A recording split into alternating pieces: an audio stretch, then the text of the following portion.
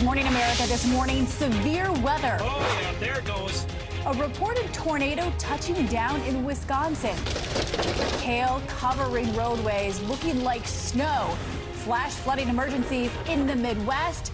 And strong storms from Colorado all the way to Michigan. Isn't that crazy? What's ahead for the work week? Wrap it up. President Trump's personal attorney calling for the Russia probe to be suspended. Why he wants the investigators investigated. This as the president gets ready to head to Capitol Hill with the battle over immigration heating up. New overnight, Tesla torched. This shocking video posted by a Hollywood actress showing her director husband's car going up in flames in L.A. The company's response. Full warning, the family's video showing a 2-year-old scaling this ladder going viral now.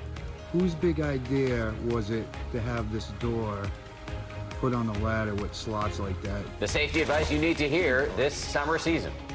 And making music, Beyonce and husband Jay-Z releasing a surprise album. Shot at the Louvre, what they're revealing about their lives and their love. Live from ABC News in New York, this is Good Morning America. Happy Sunday, everyone. Happy Father's Day to all the dads out there, including Dan Harris. Even Dan. And coming up, we're going to have the incredible story of a father who saved his teenage son after he collapsed on the basketball court. Ron's going to bring us that amazing story. It's a great story. We are also celebrating Father's Day with some man-sized burgers, cake, and something called Fudgy the Beer. It's gonna get weird here this morning. It's going to get really weird. It's going to be excited. Yes. But we are going to start here with breaking news. We have severe weather and dangerous temperatures that are slamming the Midwest. Thunderstorms bringing damaging winds and pounding rain, and the threat is not over yet. And look at this map here. This massive bubble of extreme heat is now expanding eastward. Rob is in Central Park where the temperature is rising. Rob, good morning. Good morning, guys. The worst of it will be here tomorrow, but the heat is certainly building across a midsection of the country, feeding into some storms that are dropping life-threatening rain across the upper Midwest.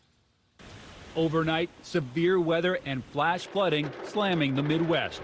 In Wisconsin, torrential rain turning roads into rivers, leaving cars struggling to maneuver through deep waters. Oh, yeah, there it goes. See it? North of Madison, look at this. A tornado touching down last night in Poinnette. Watch as this resident captured the twister on camera as it began to spin near their home. Wyoming also getting their share of severe weather. Large hail poured on drivers commuting on this highway in Cheyenne. This road completely covered in hail. Isn't that crazy? And in the Southwest, leftover rains from Hurricane Bud flooding the streets. Here we go. And we are looking at some heavy rain right now across the upper Midwest. So it continues, and we have flash flood watches and warnings, even some flash flood emergencies that have been happening over the past few hours. Check it out on the maps. An arc of precipitation from the Front Range of the Rockies, streaming up towards the Canadian border and down towards the Great Lakes, and that is going to be bringing the heavy rain in that area. The heat is going to be the other issue as we go through the next couple of days. Heat indices will be up and over 100 degrees. That is dangerous stuff, and the overnight lows will be quite warm as well. So the air conditions will be going a full blast. And on Monday, that heat gets into the I-5 corridor where temperatures at the very least will be uncomfortable, and certainly the first big heat wave of the season always feels a little bit more of a shock to the system. So prepare for that. Guys, back inside to you. Rob, thank you. We know you'll be covering these stories, these twin weather stories throughout the morning. We're going to turn now, though, to another developing story. It involves an escaped inmate who's back in jail this morning as police frantically search for 2 other inmates, including an accused murderer. Officials say that the 3 men busted out of an Illinois jail by breaking this hole in a concrete wall. And ABC's Ariel Reshef is here with the latest on the search and how one of them was found. Ariel, good morning. Good morning, Paul and Dan. The intense manhunt now going into a second day after that brazen jailbreak. Authorities warning the public the 2 who remain on the run could be armed. Jail officers meet with me at the rear of the jail. Appears to be a hole in the wall. An accused killer among the 3 inmates authorities say used a pipe to bust through this brick wall and escape an Illinois jail early Saturday morning. That's affirmative. They got 3 missing. And then they used some a pipe that we think was obtained from our privacy area for the shower areas, and they managed to batter and push that through. These two still on the run, considered armed and dangerous. 61-year-old Johnny Tipton charged with theft, and 24-year-old Zachary Schock charged with murder. Officials combing the surrounding area, eventually capturing 28-year-old Justin Bray. This morning, authorities warning residents to remain vigilant. Authorities say it took a couple of hours before realizing the men were missing. As for Bray, the inmate who was caught, he's facing several charges. He's now being held on $1 million bail. Took a couple hours to realize there was a hole in the wall on the side of the jail. That's really interesting. All right, Ariel, thank you very much. We are following some other breaking news right now. It involves a shooting at an art festival in New Jersey. And Ron is following this and has all the latest. What do we know, Ron? This happened in Trenton, New Jersey, where police say at least 16 people were shot.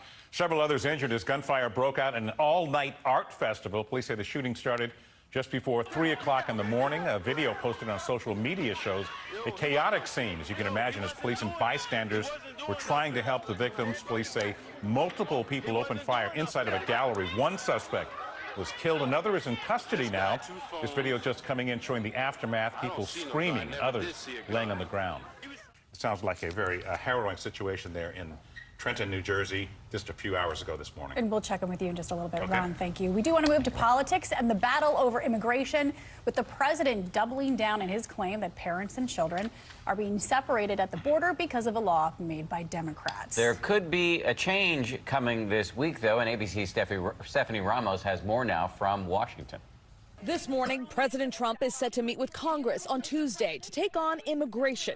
This after doubling down on this false statement made in a rare press conference on the White House lawn. I hate the children being taken away. The Democrats have to change their law. That's their law. The president blaming Democrats, tweeting Saturday, Democrats can fix their forced family breakup at the border by working with Republicans on new legislation for a change. Today, undocumented immigrants who cross the border illegally are being charged with a criminal offense instead of a civil offense, so their kids are being taken away, even those individuals seeking asylum. This new zero-tolerance policy echoed by the Trump administration before. Current Chief of Staff John Kelly hinted this was coming last year when he was the head of the Department of Homeland Security. They will be well cared for as we deal with their parents. However, the president is willing to ease up on this policy if he can get funding for the border wall. The Democrats can come to us as they actually are. In all fairness, we are talking to them, and they can change the whole border security. We need a wall. Lead Democrats say this is all just a shame. He's using children at the border now for a political purpose. It's shameful. Senator Jeff Merkley of Oregon visited a facility housing undocumented kids in McAllen, Texas weeks ago. Today, he says he's going back to see the kids who are in limbo. The story now is if you come fleeing oppression, you will be arrested as a criminal. Your children will be taken away from you. There are two immigration bills that will be heard on the House floor this week. The first one is a conservative bill, the second a more moderate version. Now, the White House says the president will now consider both bills, but Trump said initially he would not consider the more moderate measure. Dan, Paula. High stakes here. Stephanie, thank you. There is also news this morning in the Russia investigation. New pressure on the special counsel Robert Mueller, with two top Republicans calling for Mueller to wrap it up. And then there's Rudy Giuliani, President Trump's personal attorney, who now says Robert Mueller and his team should be investigated. ABC's White House correspondent Tara Palmieri is at the White House for us with the very latest this morning. Good morning, Tara. Good morning, Dan and Paula. Giuliani told me last night that he actually wants the investigation suspended while Mueller's team is investigated for political bias. Now, this would just drag out the already year-long probe that President Trump's allies say he wants wrapped up. President Trump and his allies calling on special counsel Robert Mueller to wrap up the Russia investigation. I think the Mueller investigation has got to stop. They ought to wrap it up. It's gone on seemingly forever. This is the president told reporters the following false claim about the latest Inspector General report into the FBI's handling of the Hillary Clinton email investigation. It totally exonerates me. But his lawyer, Rudy Giuliani, doesn't see it that way, telling me, I don't think it exonerates him, and in some respects, rather dramatically supports his position. At the same time, Giuliani potentially dragging the case out even longer, calling the probe to be suspended. Mueller only gets an interview after he gets thoroughly investigated, and we determine his conflicts, the biases and prejudices of his staff. Giuliani says he won't even negotiate the terms of a potential sit-down with the president until he sees a report on Mueller's team. Adding if the president does agree to cooperate, Giuliani doesn't want him sitting face-to-face with Mueller. I think we would prefer questions and written answers, the way Ronald Reagan did. This comes as Mueller's team targets Trump's former personal attorney, Michael Cohen, a witness who testified in the Russia investigation, telling ABC News many of the special counsel's questions focused on Cohen.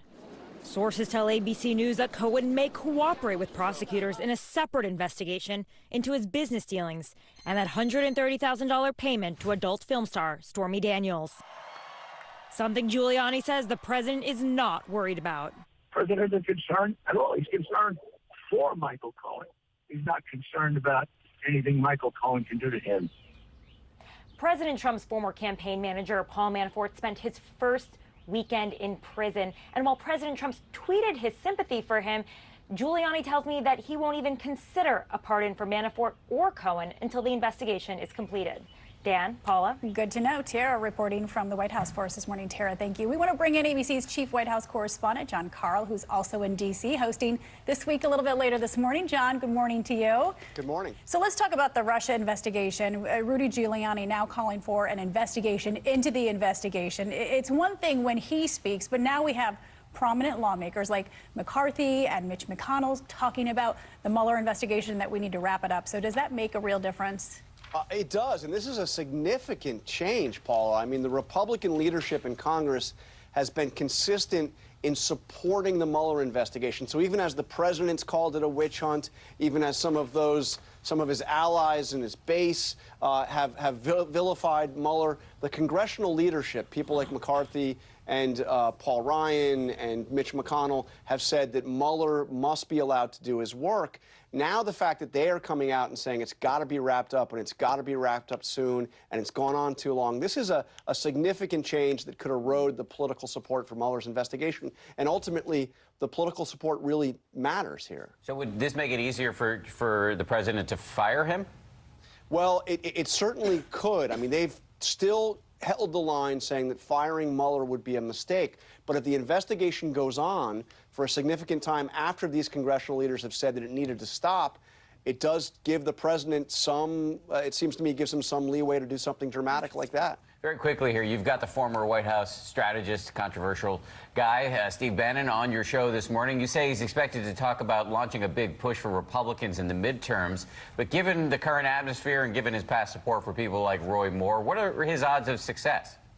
Well, some Republicans who are working already on the midterms actually dread the idea that Steve Bannon will be out there in force. When you look at his track record, certainly the Roy Moore race, you imagine losing a Republican Senate seat in the state of Alabama really takes something. But Bannon does have a big following still, and he does channel the president. If you look at the president's agenda right now, it looks a lot like the Bannon agenda. John Karl, thank you as always. I want to remind everybody, John has a big show this morning. He is, as we just said, he's going to go one-on-one with the former White House chief strategist Steve Bannon. This will be his first live Sunday morning interview since leaving the Trump administration. Plus, we'll have the Powerhouse Roundtable breaking down the week in politics. That's all coming up on This Week right here on ABC. Let's send things over to Ron once again for a look at the headlines this morning. Good morning again, Ron. Paula and Dan and Adrienne. Good morning, everyone. We're going to begin in Russia, in Moscow, with a chaotic scene caught on video. A taxi approaching a line of stopped cars and then slamming. You see it there into a crowd of people on the sidewalk. 8 people were injured. An interrogation video released by Russian police. The driver says he fell asleep at the wheel and then somehow accidentally hit the gas pedal. The Russian capital, of course, filled with tourists as Russia hosts the World Cup. In eastern Afghanistan, a suicide bombing shattered a ceasefire marking the end of the Islamic holy month of Ramadan. More than 30 people were killed and dozens more injured. Most of the victims were believed to be Taliban fighters. The ceasefire, which had begun 2 days earlier, had led to peaceful scenes of unarmed Taliban and government security forces celebrating the holiday together in the streets. In Los Angeles, a Tesla car catching fire, the driver unaware. Cell phone video showing the vehicle was being driven by the husband of actress Mary McCormack. She says her husband became aware of it thanks only to a passing motorist. Nobody was hurt. Tesla calling this an extraordinarily unusual occurrence. At the U.S. Open, proof that even the best golfers in the world, well, they sometimes lose it. That's Phil Mickelson there on the 19th hole. He knocked a putt, and then while the ball's still rolling, he hits the ball again. That's not allowed. That's a two-stroke penalty, Paula. Tell that to your husband, John, okay? If he ever tries it. Yeah, Mickelson ended up scoring a 10 on that hole. He finished the round 17 strokes over par. Not good. Nope. And finally, maybe I should say at last, this viral sensation from a high school receptionist. Check it out. On the last day of school at North Lincoln High School in Lincolnton, North Carolina, Regina Ballard surprised everyone, getting on the PA system and belting out a sparkling rendition of the Etta James classic. Adrian likes this one, At Last. At last. Pretty good, huh? Summer break has come along. Not the real lyrics there. No. Okay, Adrian, can you match that? No. At Last? No? Not even a little I will wait for What is she doing working? Right, exactly. She should be Where she's working. on American Idol. Yes. 250,000 hits on social media. 250,000. She is impressive. Oh, I like gonna your go up from idea, here. American Idol. Yeah. We'll American put a call Idol, into yes. our friend Ryan Seacrest. Absolutely. Yes. Yeah. All right, Ron, thank you very much. Let's check the weather yet again and get it back out to Rob, who's in Central Park. Hey. Good morning again, guys. You know, I remember as a kid in June when it got started to get really hot, and the last couple of days of school, getting out of school that day and going to play and start sweating like, I am now ready for summer. Well, I hope that you're ready for the summer, because east of the Colorado Rockies, it is going to be heating up. And if it hasn't already, we have excessive heat warnings now posted for St. Louis, for Chicago, and for Minneapolis, and heat advisories across over a dozen states there for dangerous levels of humidity as we go through the next 24 to 48 hours. Temperatures will feel like they're at 100 degrees or more today. And then along the I-95 corridor tonight and tomorrow night, the urban heat island effect is going to be happening, meaning overnight lows are not going to get that cool. Temperatures will be in the 70s, so ACs will be humming across the board, and temperatures tomorrow will be in the 90s, and with humidities will feel like up and over 100 degrees. And in the severe weather threat today, I want to point this out. The same areas that got hit yesterday and last night are going to hit again today, from eastern Nebraska up through parts of northern Wisconsin, where in some areas they have received over 10 inches of estimated rainfall. That's a check on what's happening nationally weather-wise. Time now for a look at your local forecast.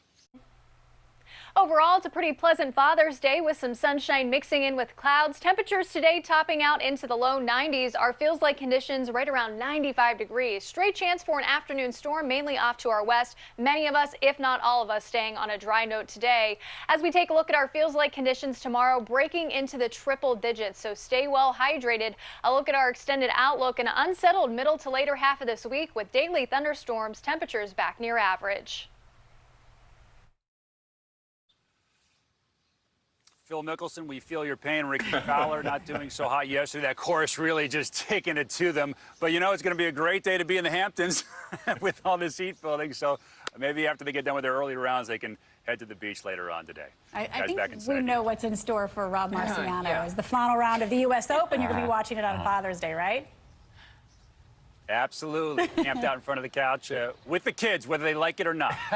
Well, one of them is a newborn, 5 days old, so I think you've got a good chance there.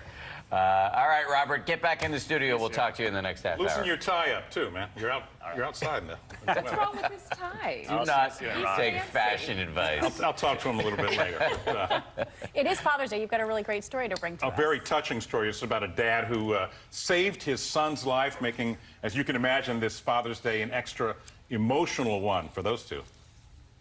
This is the terrifying moment. 17-year-old Cameron Burley collapsed during gym class. Watch as students and the gym coach rush to his side. Cameron in cardiac arrest.